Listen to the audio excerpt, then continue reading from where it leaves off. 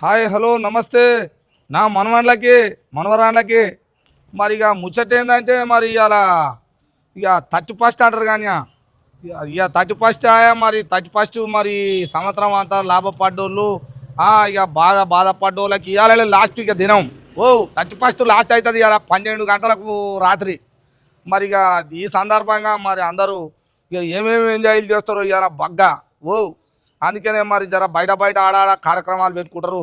కార్యక్రమాలు అడిగే తెలిసేగా మీకు అమ్ము ఇక మరి ఎక్కువ తక్కువ ఇది అది అని దోస్తాన్లు అనుడు మరి బాగా వేసి బండ్ల మీద పోయిర్రు అనుకో ఇక ఎట్లుంటుంది కథ వ్యవహారం జోరు మీద ఉంటుంది మీద ఇవ్వాలి నైటు. కానీ అట్లా జర ఉండొద్దు.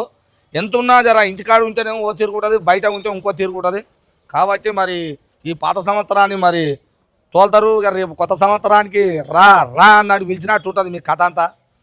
ఎంత పిలిచినా ఎంత పోగొచ్చినా జర ఓపికలతో ఉండాలి. ఎందుకంటే తల్లిదండ్రులు ఇంటికాడ బాధపడతారు మీరు బయటికి వెళ్తే.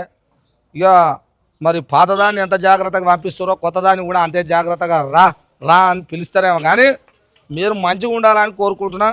ఇక మరి నేను కూడా కొత్త సంవత్సరానికి రేపాయే అది మరి ఇక నేను కూడా కొత్త సంవత్సరం శుభాకాంక్షలు చెప్తున్నా అందరికీ, మనవాళ్ళకి మనవరాళ్ళకి రాష్ట్రం అంతటా ఇంటుడుగా.